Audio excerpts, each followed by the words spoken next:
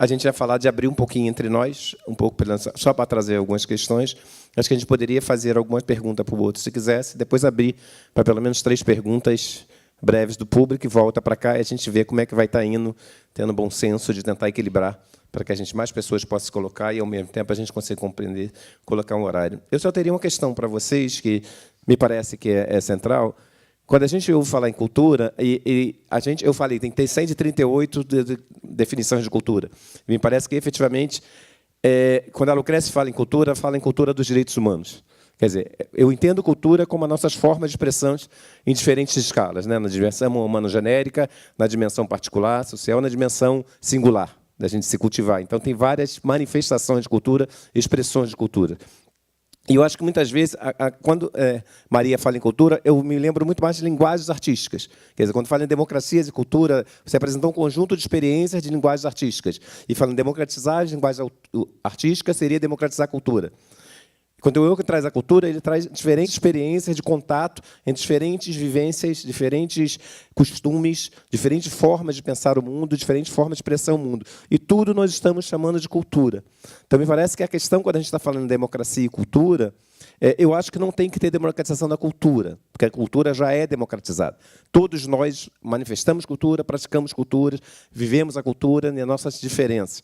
O nosso desafio fundamental é como é que, através das linguagens artísticas, então nós não temos, na minha opinião, instituições culturais, temos instituições artísticas, que valorizam as linguagens artísticas, elas podem contribuir para fortalecer a democracia, na expressão de cada vez mais compreensão e ampliação das possibilidades da dignidade humana. Então, parece que a radicalidade das linguagens artísticas é fazer cada vez mais com que a gente se humanize.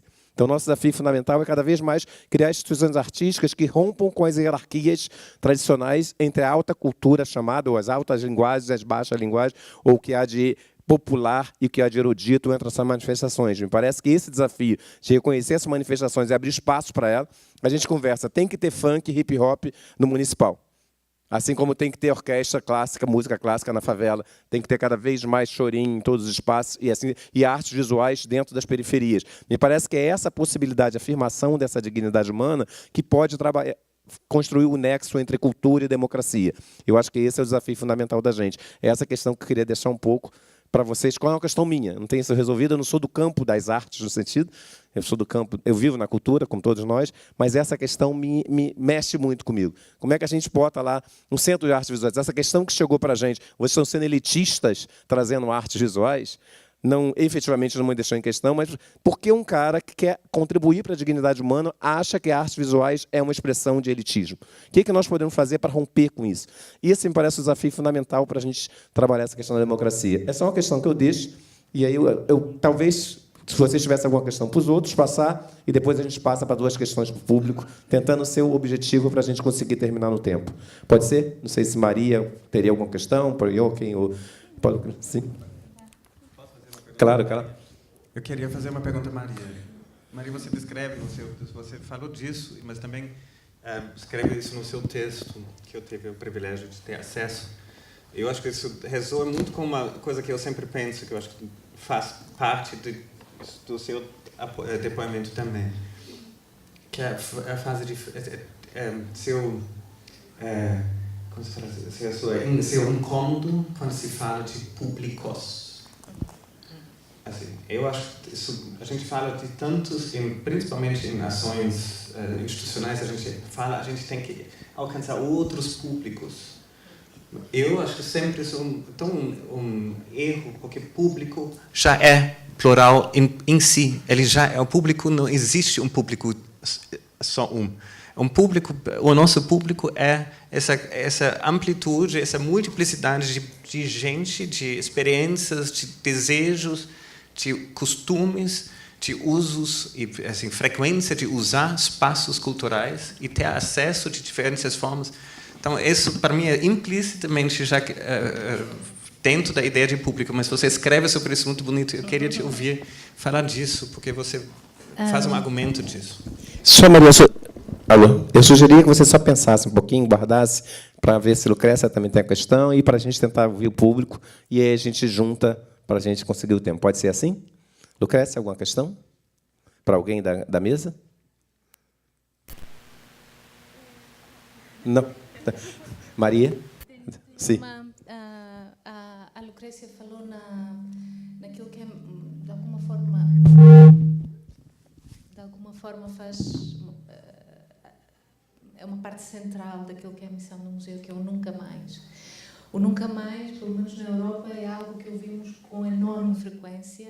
Há imensos museus de história na Europa, há imensos museus sobre o Holocausto, há museus sobre a cultura judaica, e depois acontece o que acontece na Síria. E não conseguimos fazer a ligação, não conseguimos ver as semelhanças. E isto também preocupa-me muito, como é que as pessoas vão, através da nossa ação, que tem como objetivo final dissemos todos nunca mais, possam ver os sinais naquilo que é a história que está a ser vivida hoje. Tá claro, Lucrécia? Então, só guarda isso e depois a gente vai abrir para vocês terem 4, 5 minutos para colocarem também as questões. Está aberto para quem quiser colocar. Se eu sugeria, no máximo, 2 minutos para a gente poder ouvir mais pessoas. Vamos abrir para 3 pessoas, a gente volta para a mesa e depois a gente abre mais. Tá bom? Você tem... Se apresenta, por favor, e toca a vida, tá bom? Tá bom. Oi, boa tarde.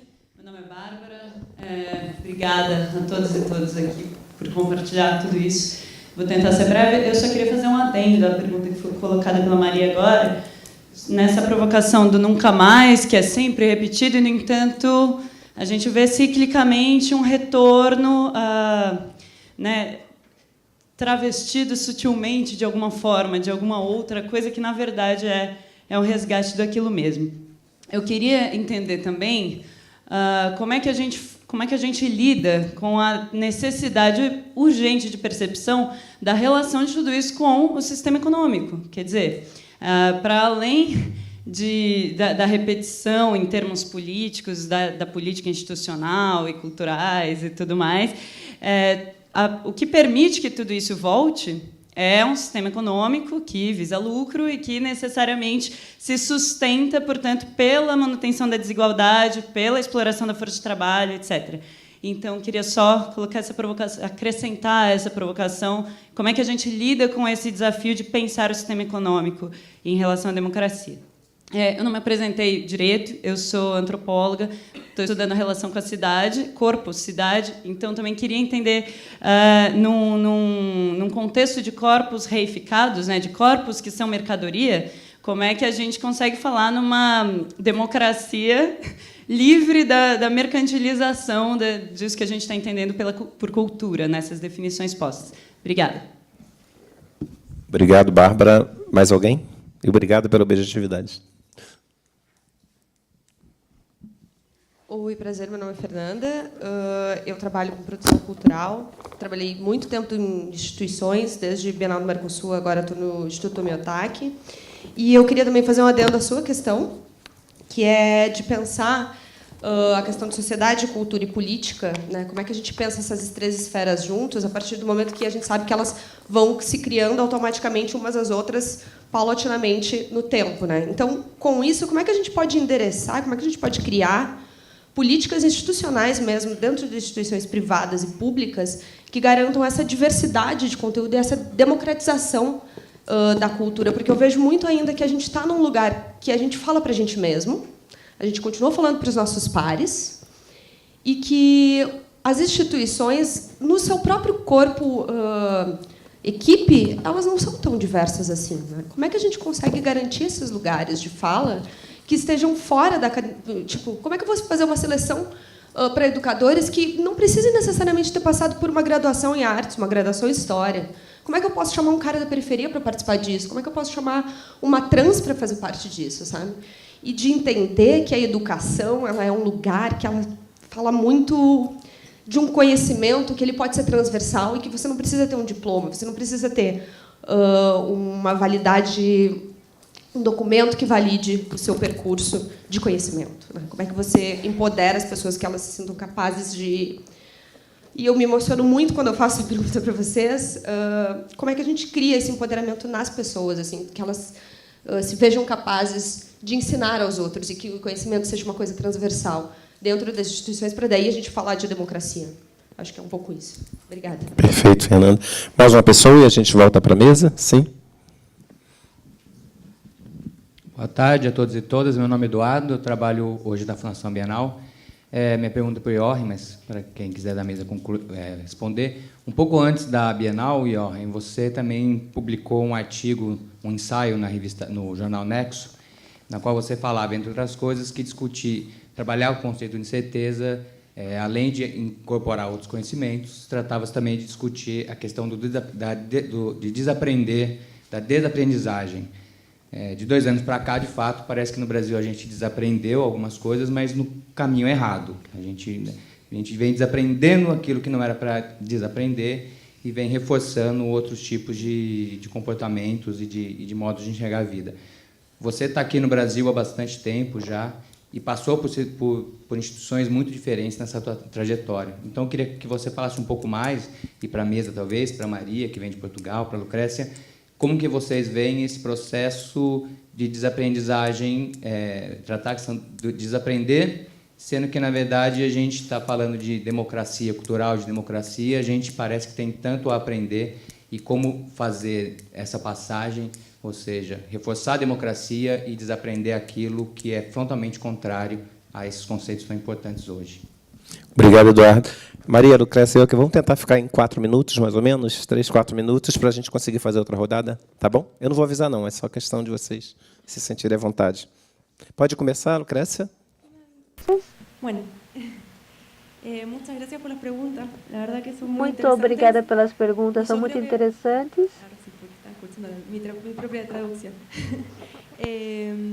Creo que muchas van a quedar sin respuesta. Eu acho que muitas vão ficar sem Pero bueno, resposta. para lo que estamos acá, ¿no? Para cuestionarnos todo. Digamos, Bom, por um el lado, papel de la o cultura papel y da del arte para cultura e romper las das artes relaciones para que quebrar as relações hierárquicas que yo foi creo perguntado. que hay, antes de romper estas Antes de relaciones romper jerárquicas, essas primero se tiene que relações saber hierárquicas, dónde se é está preciso hablando. saber de onde se está falando. Y en ese sentido hay ciertas construcciones. Também é preciso dar passagem para essa construção de identidades. Por isso, eu prefiro falar sempre de identidades culturais, em vez de falar somente de cultura, porque parece que cultura é uma coisa só, mas há identidades e microidentidades culturais para as quais é necessário dar espaço para que elas possam se construir e também se empoderar para você poder saber de onde está falando. E o papel das artes nessa ruptura das relações hierárquicas reside na convivência de diversas identidades, estratégias relacionais para que essas identidades possam se comunicar, ou seja, como é que você pode gerar esse respeito. E aqui, então, passo para a pergunta da Maria sobre o nunca mais. Como você transmite o nunca mais? Por un lado, creo que este nunca más siempre va a ser necesario. É que esse nunca mais sempre vai ser necessário ser transmitido, porque a vulneração dos direitos humanos também vai se transformando. Ela nem sempre é da mesma forma. Ela muda com o tempo. E há formas de atuação que são diferentes, que geram violência. Então, nós temos que estar sempre alertas a essas ações. Temos que ter a capacidade de formar cidadãos para que eles saibam vigilar a si mesmo, ou vigiar a si mesmos. E o que é mais importante é a transmissão dos valores. Por um lado, você conta o que aconteceu e também é necessário saber transmitir os valores de respeito, tolerância e mostrar que qualquer ideologia que você tenha, ideologia, crença, qualquer ação, nunca deve violar os direitos do outro. Ou seja, é preciso ter sempre o valor do respeito ao outro. E a educação é fundamental em tudo isso. Com relação ao que foi falado sobre o pensamento do sistema econômico, numa democracia cultural, ou seja, no sistema econômico, quando você fala de democracia cultural, falamos de convivência juntos, respeitar uma diversidade cultural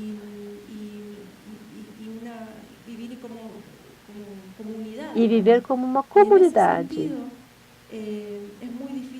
Nesse sentido, é muito difícil pensar num sistema econômico individualizador, como o que nós vivemos. Então, essa é uma pergunta que continua aberta. A pergunta é, qual que é o sistema econômico que serve para uma democracia cultural que nós buscamos e que nós queremos alcançar?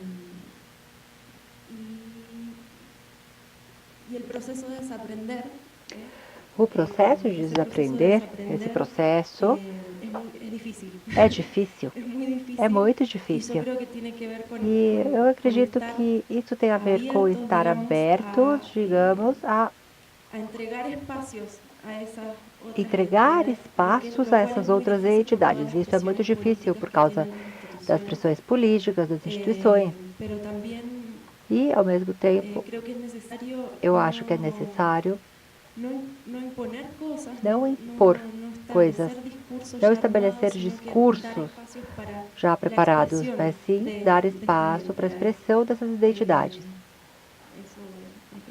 Era isso que eu tinha para dizer. Obrigado, Maria. Em relação à questão dos públicos, etc., eu ouvi a palavra pela primeira vez no plural quando cheguei a Portugal. Os meus colegas faziam questão em usar a palavra no plural. Para mim já era plural. Mesmo assim, tinha e tenho um problema com a palavra. Estudei na Inglaterra e aí o termo usado era audience. E até aquilo que hoje chamamos de desenvolvimento público é hoje audience development. Audience significa alguém que fala e alguém que ouve. E não é essa a relação que eu quero imaginar. Portanto, há já muito tempo que deixei de usar estas expressões, a não ser quando é extremamente necessário, porque estamos entre colegas e temos que nos entender. Só isso. Prefiro falar de pessoas, não falo de criação de novos públicos, falo de criação de relações entre pessoas. E muitas vezes também a minha visão de uma instituição cultural é de uma pessoa que tem uma personalidade, que tem valores e que quer transmitir esses valores. Agora, dentro de uma instituição, são os valores de quem? São os valores do diretor? São quem? Como é que uma instituição cultural decide o que é que queremos transmitir para o exterior, que tipo de relações queremos criar com as pessoas do outro lado? E estaremos também a alienar algumas pessoas se mostrarmos, por exemplo, estávamos a falar do Tomi Eutaki, que fez dispensou os seus funcionários no dia a seguir ao assassinato, caso quisessem participar, e houve muitos comentários de ódio, não é? Como acontece muitas vezes. Portanto, como é que se cria esta persona na instituição cultural? Mas eu acredito que é uma personalidade. Não vou conseguir dar uma resposta a todas as questões muito pertinentes, até porque não me sinto capaz de responder a tudo, para ser sincera. Mas estou a pensar, outra vez, no nunca mais, no como conseguimos entre o passado e o presente. E hoje há muitos americanos que veem com a maior naturalidade o facto do seu presidente banir a entrada a cidadãos de 7 países diferentes, maioritariamente muçulmanos, mas ficaram completamente chocados quando há um ano souberam que os Estados Unidos tinham negado a entrada e o asilo à família da Anne Frank. Mas não conseguem ver a ligação, não conseguem. Hoje em dia, há pessoas que negam o Holocausto, mas é considerado já, não é, terrível aquilo que foi feito aos judeus, etc. Ao mesmo tempo, o National Holocaust Memorial Museum em Washington, que tenta promover todo o pensamento, toda a prática para prevenir o novo genocídio, mas que fica calado quando Gaza é severamente bombardeada. Portanto... Joaquim. Eu entendo que dá para responder a pergunta do Eduardo e sua pergunta um pouco juntos, porque eu acho que, assim, quando a gente fala de desaprender, a gente não fala em empobrecer ou diminuir as sabedorias. Ao contrário, E por isso, acho que assim, a ideia de contar sobre essas viagens e fechar com Clisson é mais ou menos uma ideia que, com cada tradução, a gente aprende mais. E que, talvez, a gente entende essa riqueza, até nas falhas, que não tudo se encaixa direitinho. Essa é uma riqueza, e não assim, uma redução.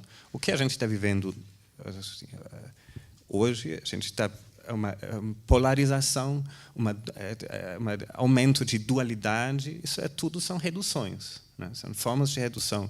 Então, eu acho que isso é um pouco a sua resposta. Eu acho que quando a gente fala sobre desaprender, eu, pelo menos, falo sobre aumentar o vocabulário.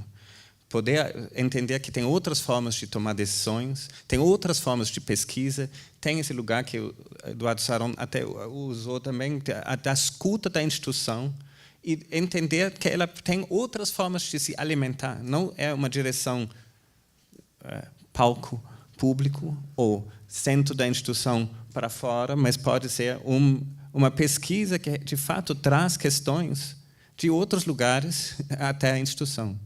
Vale lembrar que esses dias de estudo, por exemplo, alcançaram mais ou menos 1.200, 1.300 pessoas. A mais popular, assim, a mais frequentada foi em Lamas, onde cada encontro tinha pelo menos 200 a 300 pessoas de uma comunidade participando. Então, é uma outra... Assim, não são coisas pequenininhas.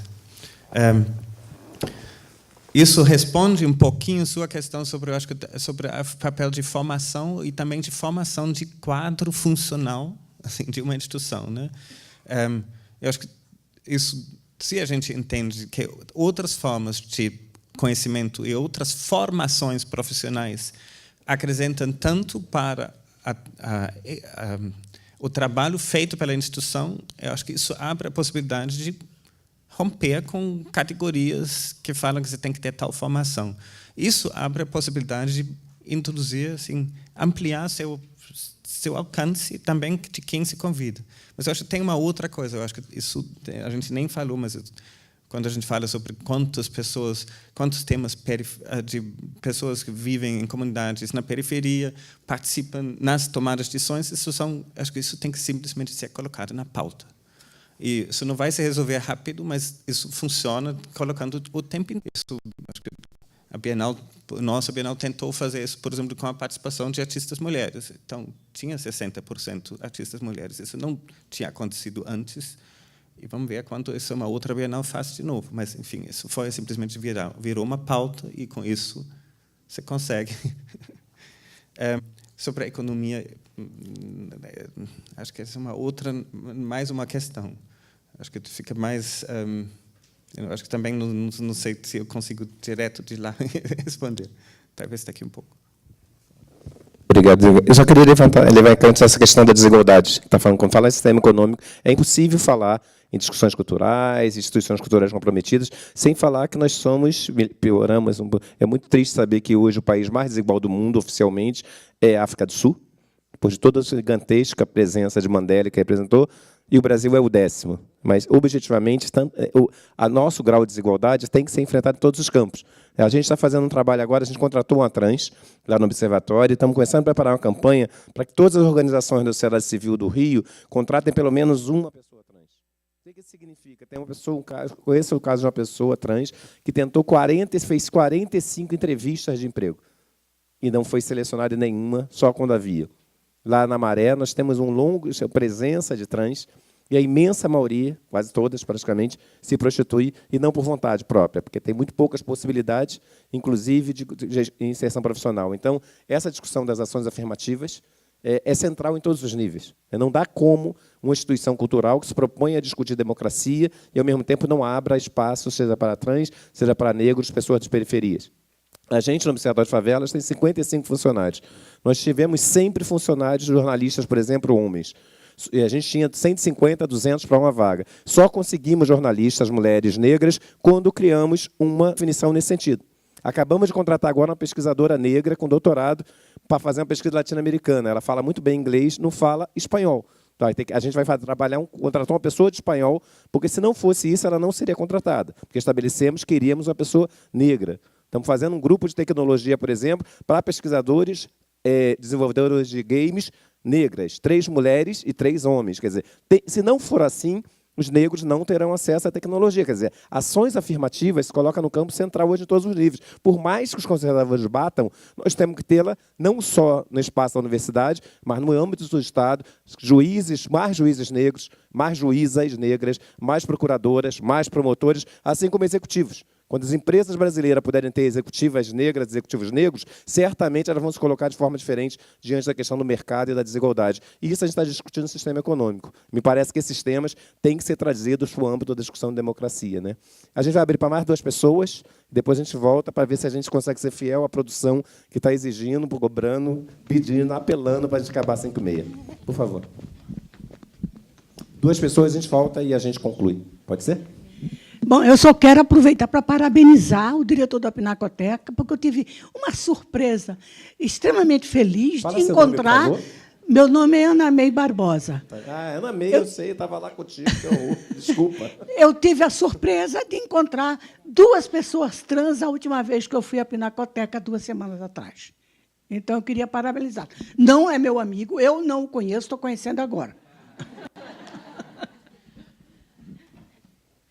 Obrigado, Ana Mãe. Mais alguém? Ali? E a gente volta, e acho que a gente vai terminar na horinha. Eu vou ganhar uma medalha de honra ou méritos. Oi, boa tarde. Eu sou Cláudia, do Itaú Social. Primeiro, também parabenizar a mesa e dizer que a gente está muito feliz de estar junto aqui, fazendo esse seminário, como o Sarão contou, e é, de certa forma, inaugural esse seminário, no sentido assim, de que a gente é irmão, né? Itaú Social, Instituto Unibanco, Itaú Cultural, a gente está sempre perto, discutindo, conversa, mas a gente tem conseguido fazer pouca coisa junto, pensando cultura e educação, que é a educação é o nosso coração. Então, a minha pergunta e provocação, sei lá, não tem uma pergunta específica, mas é como que vocês... A gente ouviu pouco a palavra educação, eu acho, né? E quando a gente fala de passar dessa questão de só discutir o acesso, né? Quando a gente está falando de democracia cultural, eu acho que acredito que passa por uma questão de processo educativo. Quando a gente está falando de produção, a gente trouxe aqui educadores que participaram do prêmio Itaú Unicef, então, que são educadores de organizações sociais e de escolas que estão trabalhando com arte também, com arte e cultura, pensando nessa dimensão integral mesmo do desenvolvimento, né, das crianças e dos jovens. Então, eu acho que a gente está falando de educação, então queria ouvir um pouquinho de vocês. Acho que quando a Maria apresentou os projetos, né, e a gente viu concretizar, que aquilo está passando por uma questão de um processo educativo. A produção cultural está ali, né, também. A gente está falando de formação, então, enfim, como fica a escola, como fica a educação, um projeto de educação para o país, que eu acredito que ele tem que ser casado, aí a gente está ficando cada vez mais próximo da cultura. Obrigado, Cláudia. Vamos, então, nos despedindo, falando a final. Sim, e, ao mesmo tempo, estava a pensar na sua pergunta também, e vou partilhar uma experiência também que tive aqui como visitante. Portanto, para responder rapidamente as 2 coisas, em grego, a palavra que ainda usamos para a educação é pedia, que não sei como que se pronunciaria, paideia. E pedia é mais do que educação, é mais do que cultura, e são as 2 coisas. Porque em Portugal evita-se muito, e estamos a tentar descobrir um outro termo para não dizer serviço educativo, porque associa-se logo à escola, etc., e andamos à volta. Eu fico muito confortável com a palavra pedia, que são as 2 coisas. E aquilo que o Everson nos disse esta manhã, penso que é a resposta à pergunta que nos coloca. A educação está em tudo. E educador não é só quem desenvolve determinada atividade educativa com um grupo de pessoas. É quem decide que exposição vamos fazer, em que assuntos vamos tocar. São todas as pessoas. É quem atende. Educação, não é? É quem atende. E para fazer agora a ligação à sua pergunta, às vezes parece que esta questão da diversidade das equipas é fundamental, e em 2 encontros internacionais em que estive nos últimos 6 meses, houve pessoas que exigiram a sua entrada nas equipas. E foi muito interessante ver e posso dar-lhe também um link para ver a minuta de uma destas reuniões, depois falamos. Agora, às vezes parece que é preciso, que leva muito tempo, que é preciso pensar numa política, etc. Mas às vezes é preciso fazer, só fazer, finalmente. E aqui em 2 dias visitei, se não me engano, visitei a maneira do museólogo, não é? Rapidamente. 5 museus. E vi uma diversidade nas pessoas que atendem, nos vigilantes, nas pessoas que guiam as visitas, que em Portugal não se vê. Portanto, aqui pode parecer que não, mas está a acontecer. Em Portugal acho que nem sequer começou ainda, mas queremos que comece. Obrigada, Maria. O problema, Maria, seria ver isso nos escalões outros, lá em cima. Na gerência, na direção, é isso sim. No solo a gente vê muito, o problema é que a gente não vê nos andares superiores. Sim. Isso. Lucrécia? Olha, agora sim. Olá, agora funciona.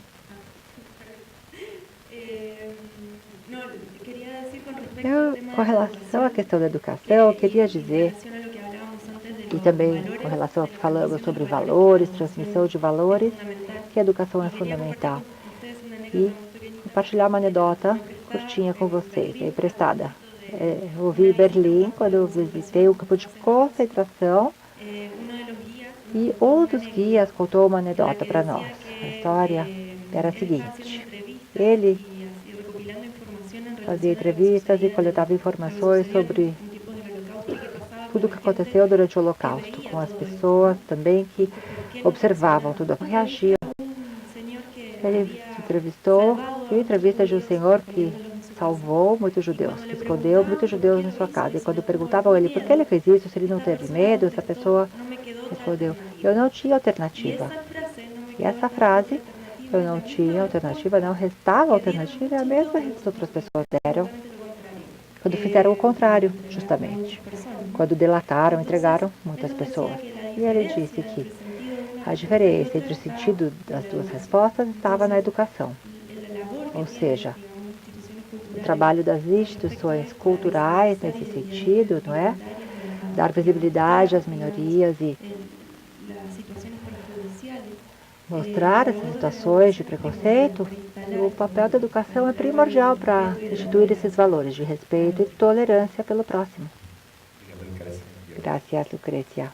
Eu vou ser breve, porque eu acho que vocês duas já deram. Acho que para mim é muito importante respondendo a isso, que eu vejo que é um projeto como esse, uma Bienal como esse, mas também um trabalho como a gente opera. O museu, como um projeto como Inhotim foi desenvolvido, isso é um projeto educativo do início até o final. E o final talvez nem existe, ele continua.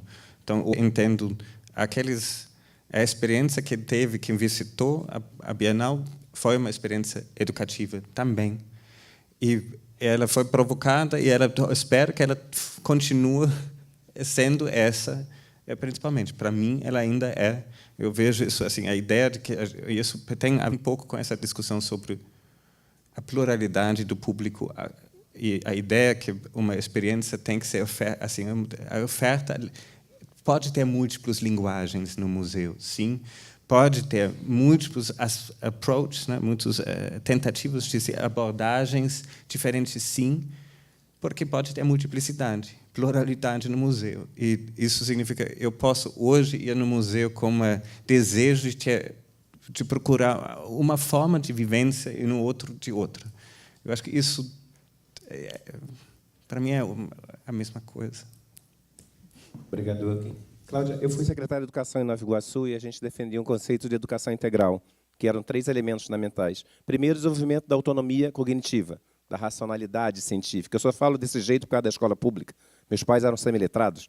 Eu via no grupo social, na periferia. Então, a escola pública que me permitiu construir uma racionalidade científica, e isso é muito importante. Só que, além disso, é fundamental pensar na dimensão da convivência. Tem uma dimensão ética, então, que a escola tem obrigação de afirmar, e por isso a escola sem partido é um absurdo, uma sociedade democrática onde a gente pode viver efetivamente convivendo com os outros de forma respeitosa e fraterna. Isso é um dever da escola. Porque muita gente fala que a educação se traz de casa, mas de casa também se traz homofobia, se traz sexismo, se traz machismo, intolerância religiosa e assim vai. E a terceira dimensão fundamental é a dimensão estética, a dimensão das linguagens artísticas. Toda experiência cultural é sempre educativa.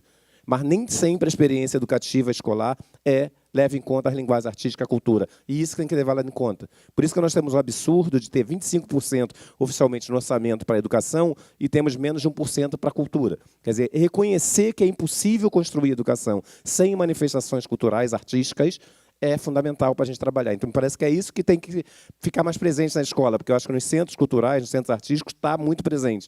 Mas isso ainda a escola tem que compreender que seu papel não é só formar efetivamente seres racionais, mas é formar seres que tenham sensibilidade para linguagens artísticas em todas as suas formas, e reconhecendo-as e legitimando em todas as suas formas. Então, antes de tudo, agradecer a vocês, a esse público. Vocês estiveram muito legais, atentos e firmes, respeitaram muito o horário, eu sou muito feliz com isso também, o meu papel aqui. E agradecer muito a vocês. Acho que a gente fez uma tarde agradável, prazerosa, e certamente saímos daqui mais humanos. E isso é que é o sentido daqui, que a gente se humanize cada vez mais. E viva a Marielle. Valeu.